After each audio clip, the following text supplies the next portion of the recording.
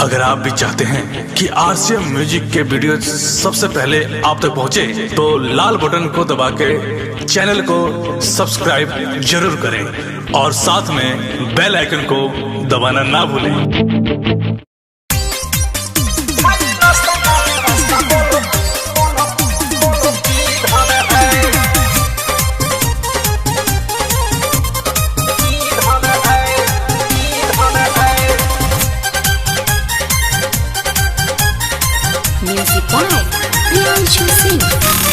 घाटा से झाड़ झुरके ओइनी बरियाती सबे ओइनी बरियाती दुआ दिला लोही बेरा पीट तानी छाती भूखे पीट तानी छाती घाटा से झाड़ झुरके ओइनी बरियाती दुआ दिला लोही बेरा पीट तानी छाती केहू बोल तू धर केहू इधर है भाई नाश्ता का व्यवस्था बोलो की धर है भाई नाश्ता का व्यवस्था बोलो की धर है भाई नाश्ता का व्यवस्था बोलो की धर है।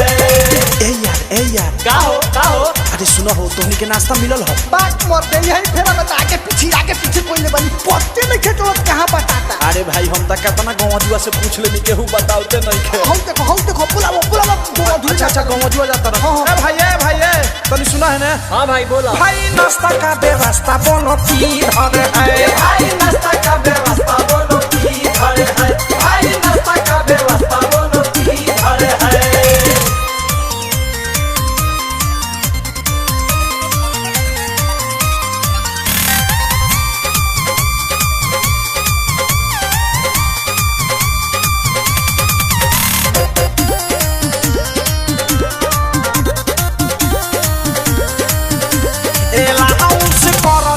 करते बंद आधा के सट कैले बा बरतिया ने ओने खोजे अभी केहू ना खैले बा।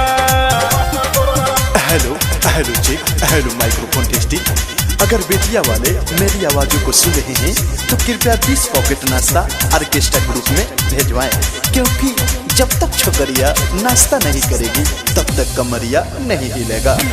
एलाउंस करते हैं बम आधा के सट कैले बा बरतिया ने ओने खोजे अभी केहू ना खैले बा। पता नहीं चले कौन लीडर है काका नाश्ता का व्यवस्था बोला की धर है भाई नाश्ता का व्यवस्था बोलो की धर है भाई नाश्ता का व्यवस्था बोलो की धर है।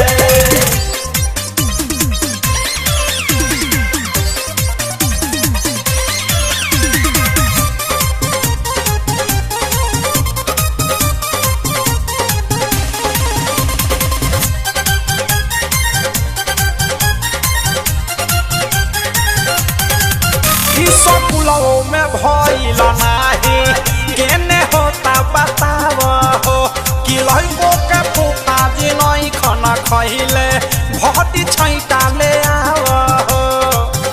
भाई नाश्ता का व्यवस्था बोलो की धर है स्कूलों में भइल नाही केने होता बताव हो कि लइका के मामो जी नहीं खाना खइले लाके नाश्ता कराव हो। के बतावा होते जी धरे है जब वो नाश्ता के व्यवस्था बोला की धर है भाई नाश्ता का व्यवस्था बोलो की धर है भाई नाश्ता का व्यवस्था बोलो की धर है।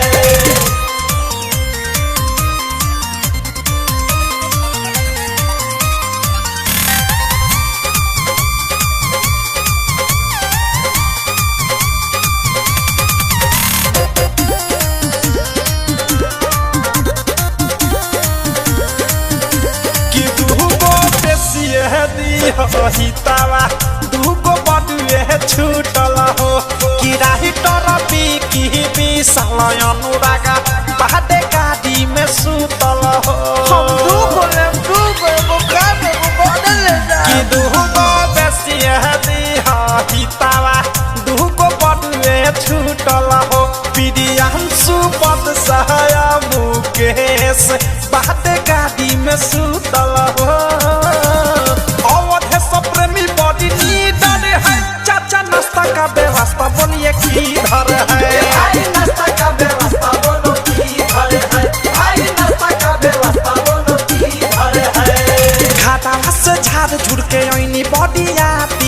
पाती लागल ओही बेरा पीटो तानी छाती केहू बोला तू धर केहू इधर है भाई नाश्ता का व्यवस्था बोलो की